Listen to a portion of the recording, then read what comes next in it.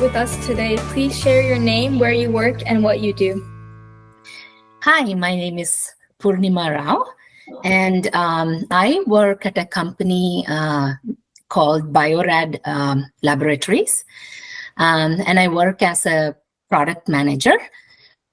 My company is a global company that makes instruments and reagents that support clinical diagnostics and life science research. So clinical diagnostics, like, for instance, testing for COVID using PCR and things like that, as well as reagents and resources that are required for doing life science research. My particular job is in a group that produces biotechnology kits for education. The educational kits are supplied to high schools. Some middle schools also use them, and then community colleges and also undergraduate biology and biotechnology courses.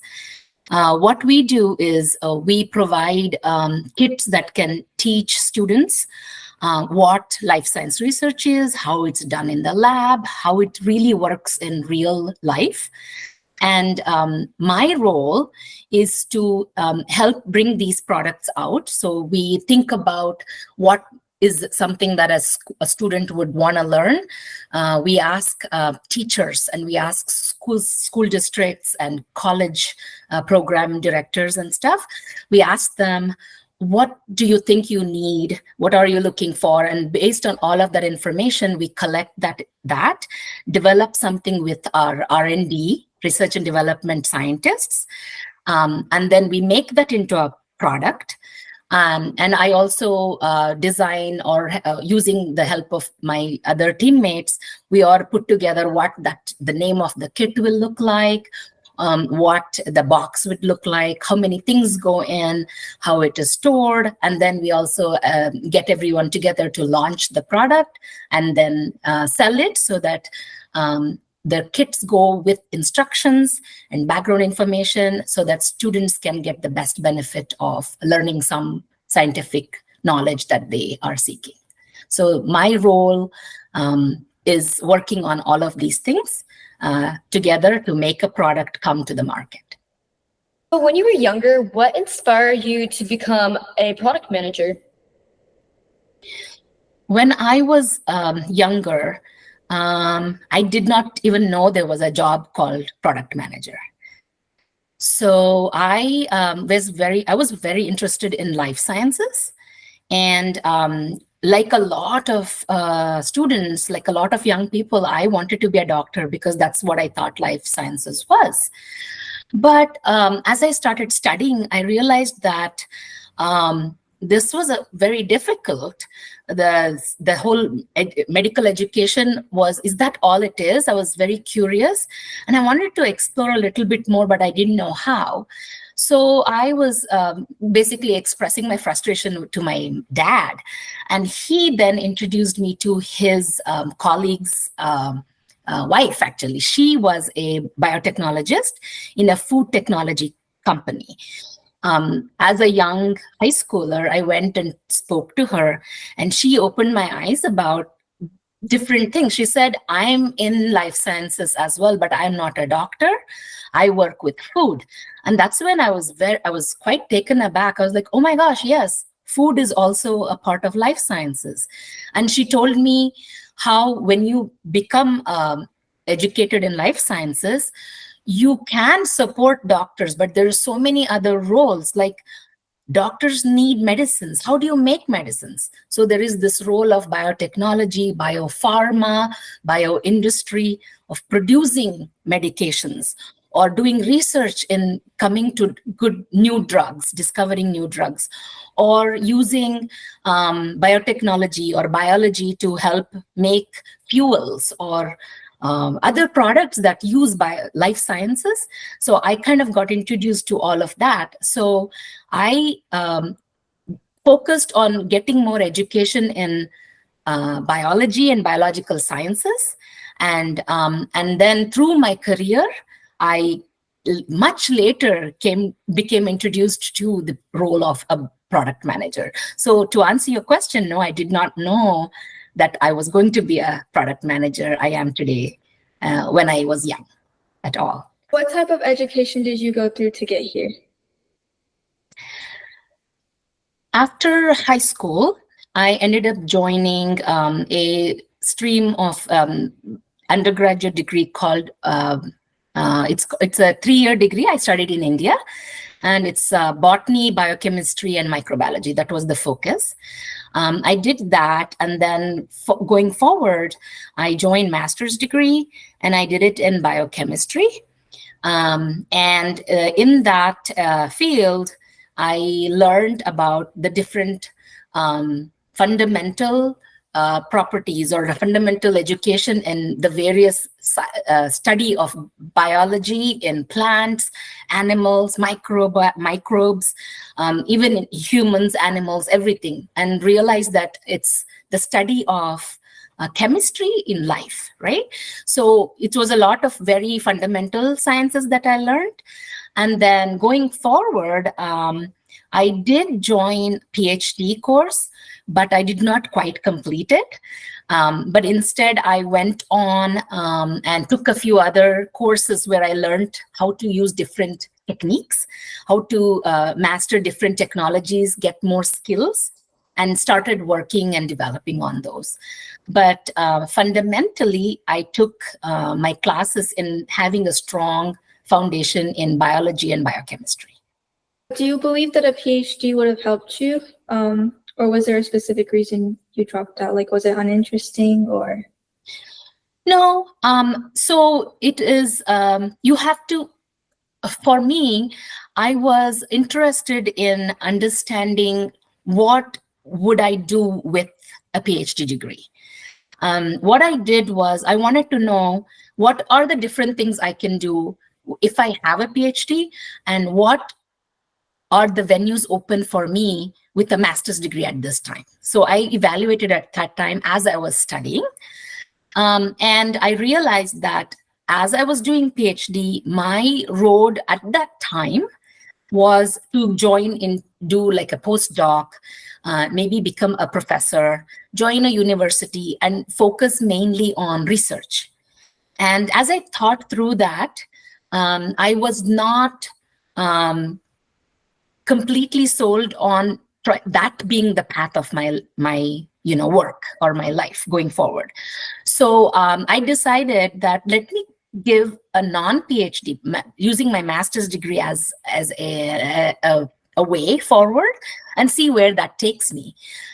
With the master's degree, I did get a job in a small startup company. I was able to work on developing a product as a research scientist, and doing that without having to take a test or an exam and getting that degree. That was one part of it that I kind of missed, but at the same time, I also was happy that I didn't have to test. So I kind of went further on that, and it did not disappoint me. So I know that at any point of time, if I really want to do a PhD because I want to go on that route, I can always go back and join school again. So far, I have not yet done that. I've kept continuing with putting experience and layering experience over my vast experience, I guess. Are there any careers growing up you considered other than being a doctor?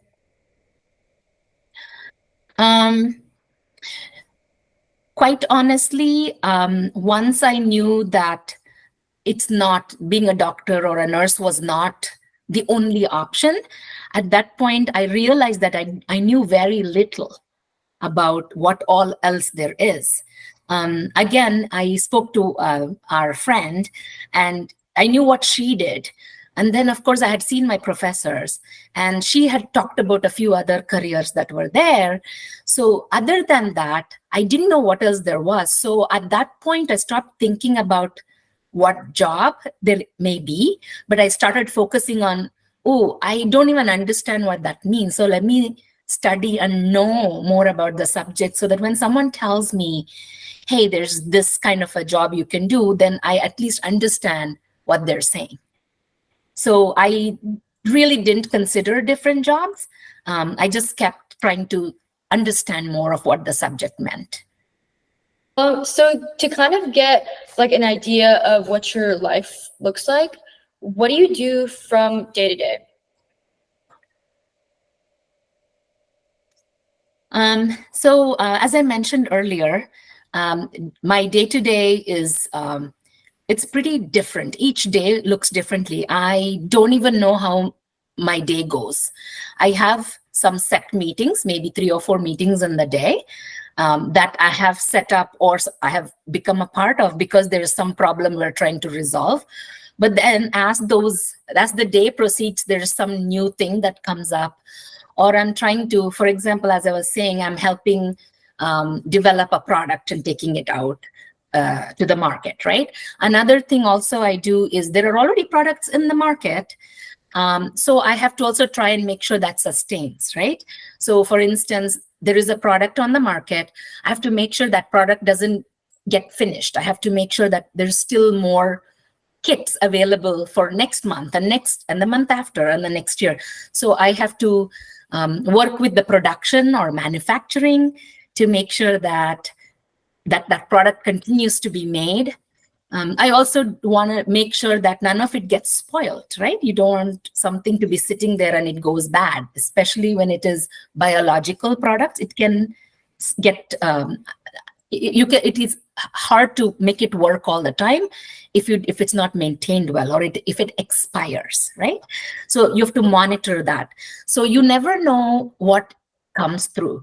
So the day I start with a list of things I have to do for the day, and then there are some things that come, and what I have to do is at that time prioritize, is this something I have to address now, today, or can I make that as my list for tomorrow?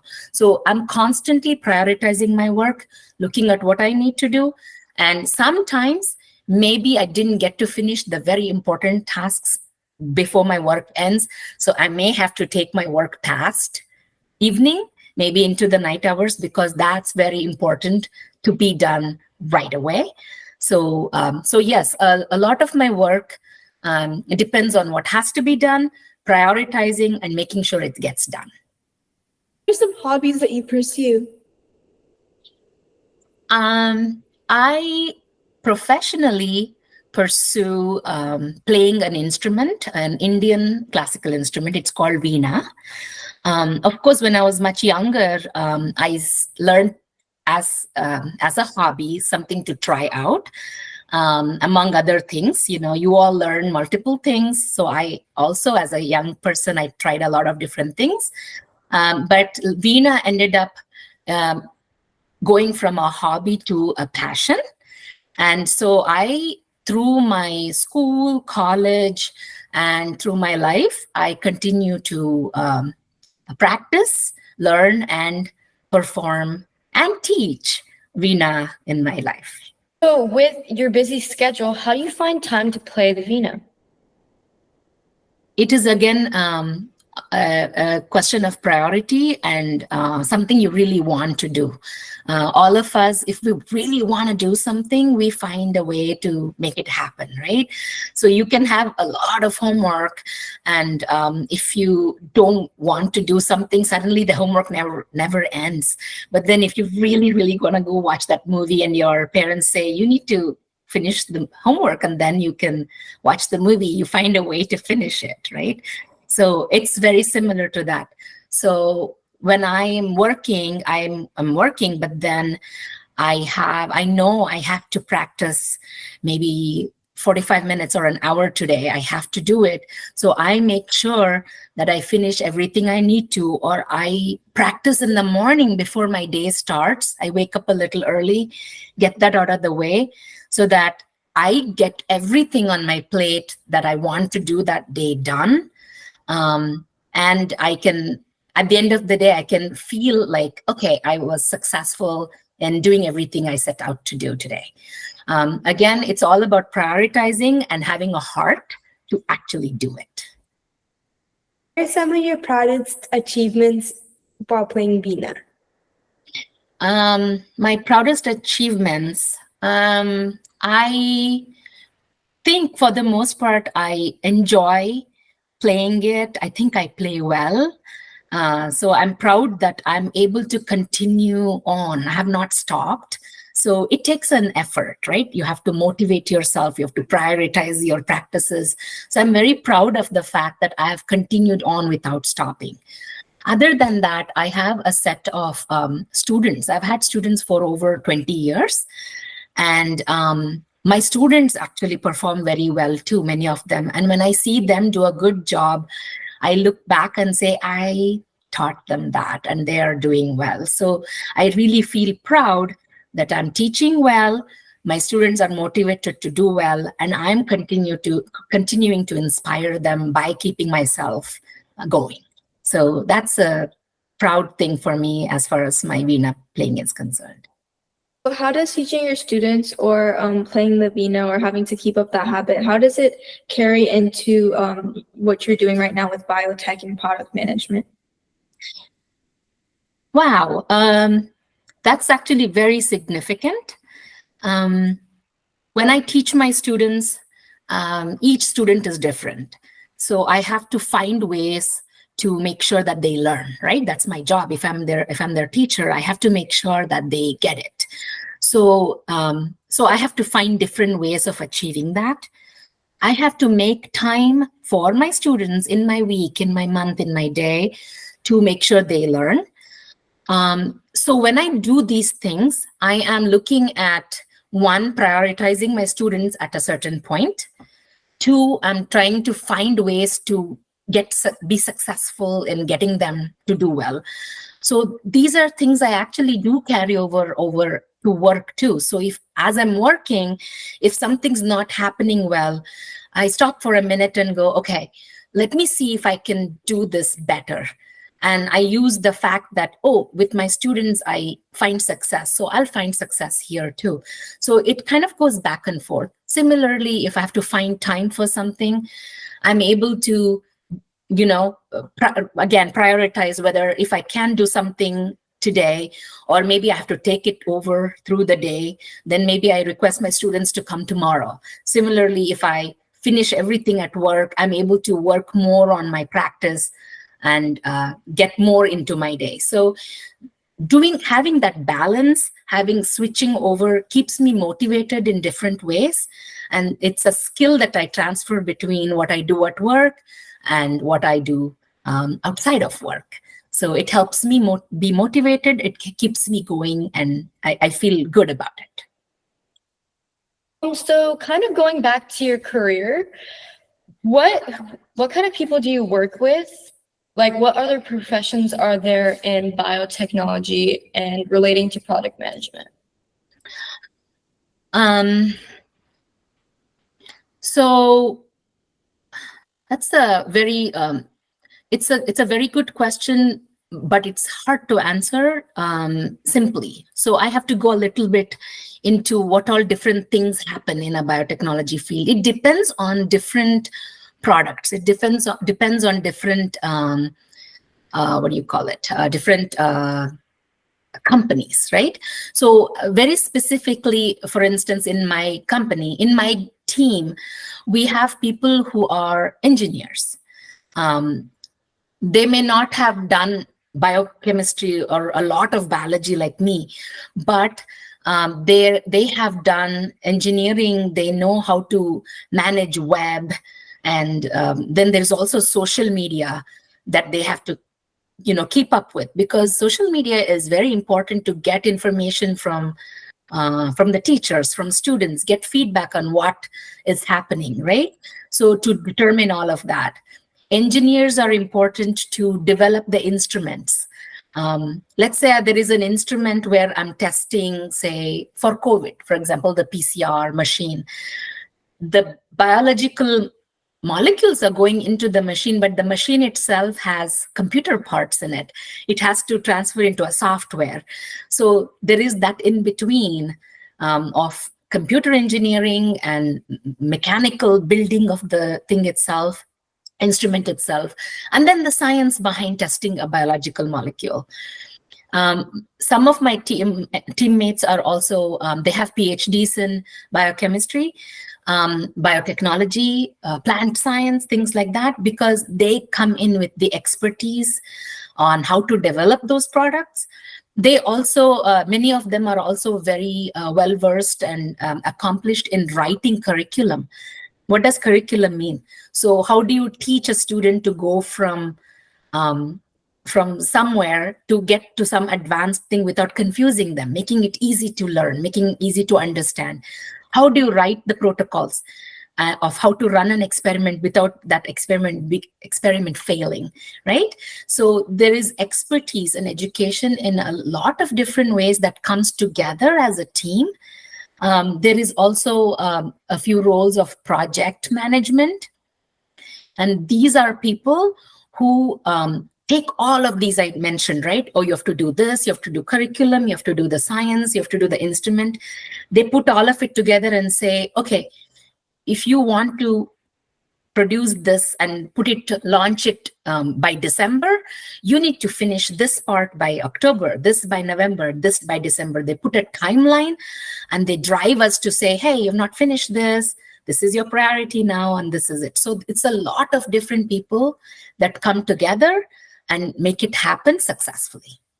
How much collaboration does your job require as a product manager? It is all about collaboration. When you're bringing in a product, all the different pieces I mentioned just earlier about making it successful, we have to communicate with each other constantly. You have to set up those meetings. Let's say there is something I am not sure about that needs to be done, or I have done something, but I need something else to complete it. I can't sit and wait, right? I need to let somebody else know, hey, I'm waiting on your part, but they may be having some other difficulty in finishing theirs. They may be depending on something else. So constantly communicating, constantly being considerate of each other, giving each other time, letting people know if something is late, or if I've finished something early, letting them know I'm ready to go. You don't have to wait for me. All of those things. Collaboration is extremely important to make sure that you communicate well, you organize things well, so that everything goes smoothly and in a timely way. What are some challenges that you face in your career?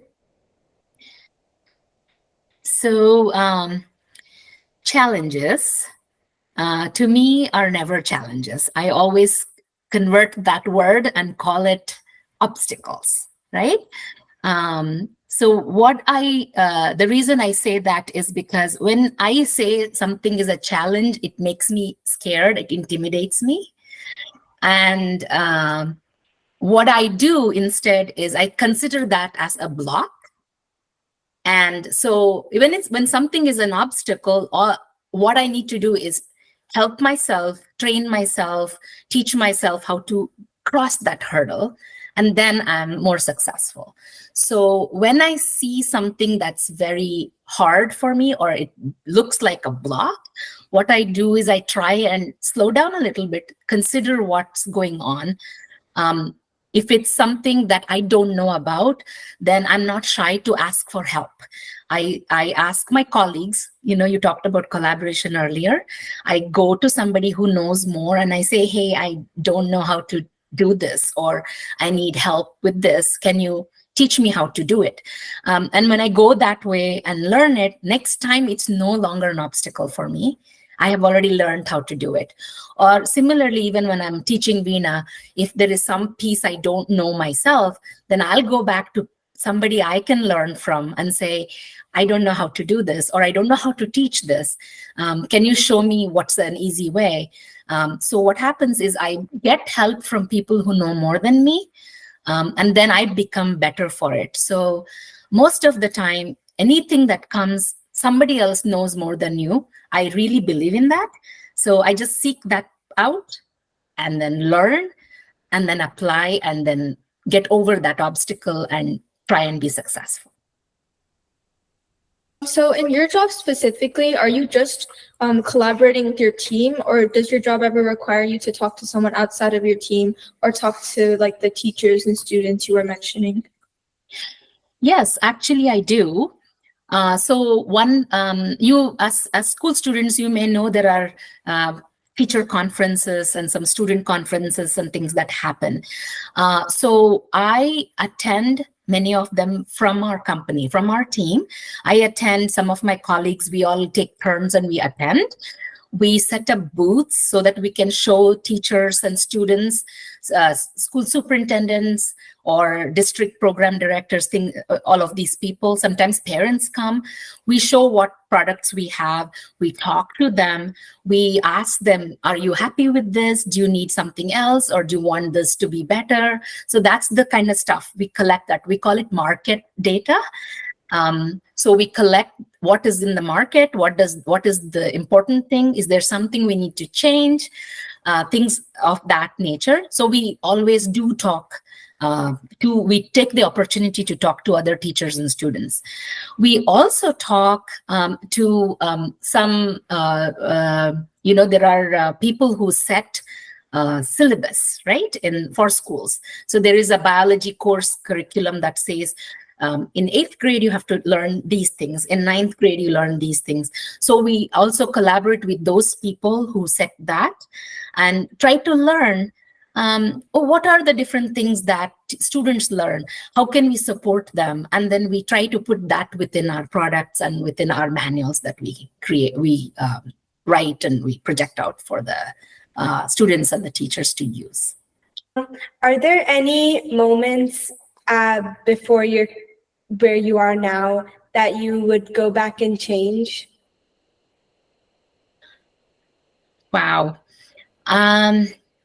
I don't think so. I don't think so, because it's very hard to be motivated for me. If I try to think back at things, I sometimes do wonder, maybe I should have done something differently.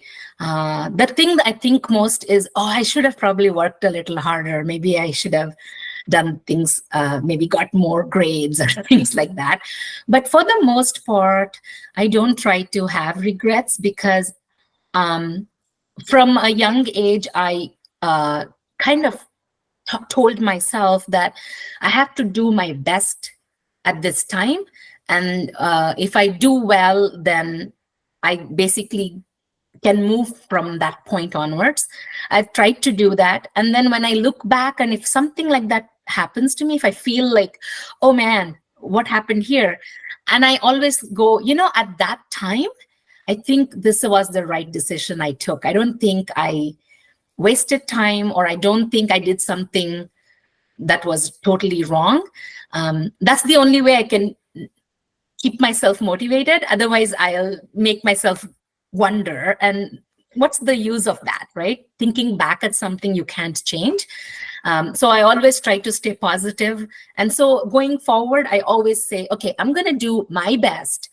And that in my future, when I think back, I know, I'm sure I did my best. So that helps me feel that I don't have to have regrets. I can just do better and maybe change the future course rather than think of the past. Very wise, Ms. Rao. So what are some rewarding moments you have as a product manager? One of the most cherished things I get as a product manager is when we get feedback from students or teachers, and they say, oh, we love this product. This was so amazing. Our students learned so much from this. So we feel like as a team, we did all the effort we put was successful. Another thing is, when we get some good results overall, financial results, right? Like we're a business. So when we get, that means a lot of our products got sold. That makes us really happy. It feels rewarding. Another thing is when we have a policy in our company, we have a habit, a practice of recognizing when someone does well in something. everything you do doesn't have to translate into something big. Like it doesn't have to become a medal. Sometimes you can do something small, but it can be seen as a good thing. So we do recognize each other and say, hey, what you did was really amazing. And when you hear that from others, it feels like good, and you feel like doing well more frequently and trying to put your best because you get that back. Overall, that helps me be happy to get up in the morning and go to work. So to me, that's very rewarding. When your team is going through obstacles as product manager, how do you help keep them motivated? When our team goes through obstacles, yes, we do face challenges that sometimes cannot be resolved, right? So the way we all, sometimes we have to recognize that individually we cannot do anything. The best thing to do to help overcome those difficulties is by offering help. So as I was mentioning, each of us have things to do. Each of us have things we have prioritized to go in the day. But when something like that for the team comes across, or we face something that's suddenly blocking our progress in the day, one is we ask each other for help. Right? We have to do that. Otherwise, I will never get help from my team if my team doesn't know what the help is. Similarly, my teammate, if they need help, they need to let me know or let the team know. So we have a group chat within our team and we post it in there. Hey, can you do this for me? Does somebody have time for this or something like that? And most of the time, somebody or the other jumps in and we try to help. We try to make sure we provide resources.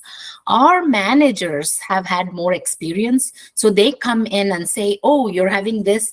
Oh, we faced something like this a little while ago. Let me pull in somebody who had helped me with this. So the best thing to do is work as a team. Be there, watch each other's back, and then support as much as possible and do regular check-ins to make sure everyone is doing well and they're not falling behind. So that's how we help each other overcome any of those obstacles. What else inspires you to continue your job as a product manager and as a biotech, working in the biotech field? I see every day that there is new diseases that are there all the time. There is the need for new drugs to be produced. There is the need for new minds to go ahead and discover new things all the time, right?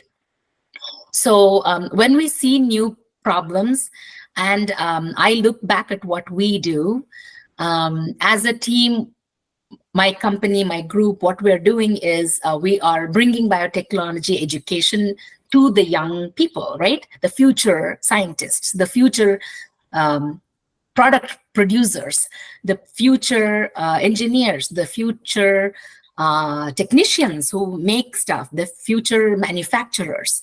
So what inspires me all the time is when I see people asking questions, asking, oh, what else is there to do? Oh, what does this mean? And giving us those problems to solve, giving us those the opportunity to develop something new and put it out there. And then when students and teachers, everybody strives to work and get ahead, younger and younger. So a lot of times, a lot of the things that we use now or produce used to be only used in colleges. Now high schools use it. That means students are getting smarter. That means they grow up and they are experienced, or they're inspired to produce new things, discover new things. So it's like a nice cycle that as things are going, we see more progress. All of those stories that we see is very inspiring for us to keep going and doing our jobs. How do you think biotech the biotech industry is going to evolve in the future with AI also in there? It is. So AI is already a part of a lot of companies. In fact, most companies do depend on AI. I use a little AI, not too much. The way I use it is if I'm trying to look, for instance, oh, is there any more information, some news, right? There's so many news channels and magazines and everything around. So if I want to know what else new is published, so I actually use AI to make sure that I get a summary of everything, because again, all of our times are limited. So that's how I use that. But then the future of biotechnology industry is bright, because as long as there are human beings, there are animals, there are plants on the planet, that is the study of biotechnology. The more we discover, the more there is out there. That means there is more information. There is more algorithms that need to be accessed and developed. So it only becomes more and more collaborative. And using AI in the right way is one of the most exciting things I feel for the biotechnology industry. Because a lot of things with so much information, it's hard for one person or even one team to put it all together and get the right combinations. Using a faster method, a more technologically advanced means, is always a good thing, as long as it's monitored and used the right way. And a lot of people are doing it well. So I feel that biotechnology industry will only grow. And there is going to be more and more types of jobs, again, which I don't know. 10 years from now, there might be absolutely new jobs that people will do that we never knew of today. So I'm very optimistic about it. How do you keep up with these changes? I have to keep studying, reading, getting updated, knowing when I don't know, asking for help when I do need help, and making sure that once I learn something, I practice it. Sometimes we learn something and then we just do it for a bit and we leave it. That's not helpful. If it's something new that you learn, you have to start keeping up and then building on it. So yeah, it's some things you can do it the old ways, but then maybe there is something new, something better. So you have to keep seeking that. And when you come across it, you have to get the right training, seek the right training, try and update yourself. And we all do that all the time. Every one of us do it all the time. So you should embrace that with a positive attitude and then keep moving ahead. So you've answered all our questions and we've learned so much. So thank you so much for taking the time out of your busy schedule to meet with us. We've learned that product management and biotechnology, they're not widely known careers, and it's so amazing for us and our viewers to learn about it.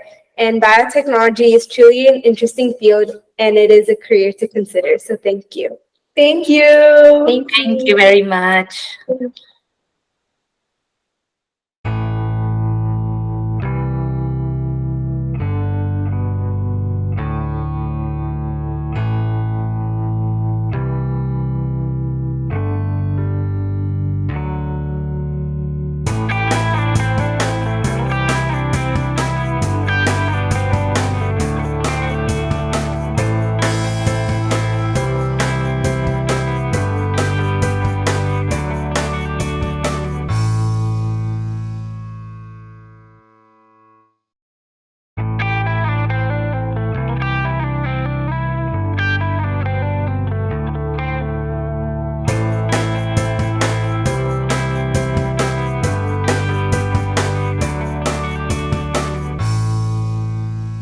Hey guys, hope you learned something new from this video. Please make sure to like, subscribe, and share with all your friends. Bye!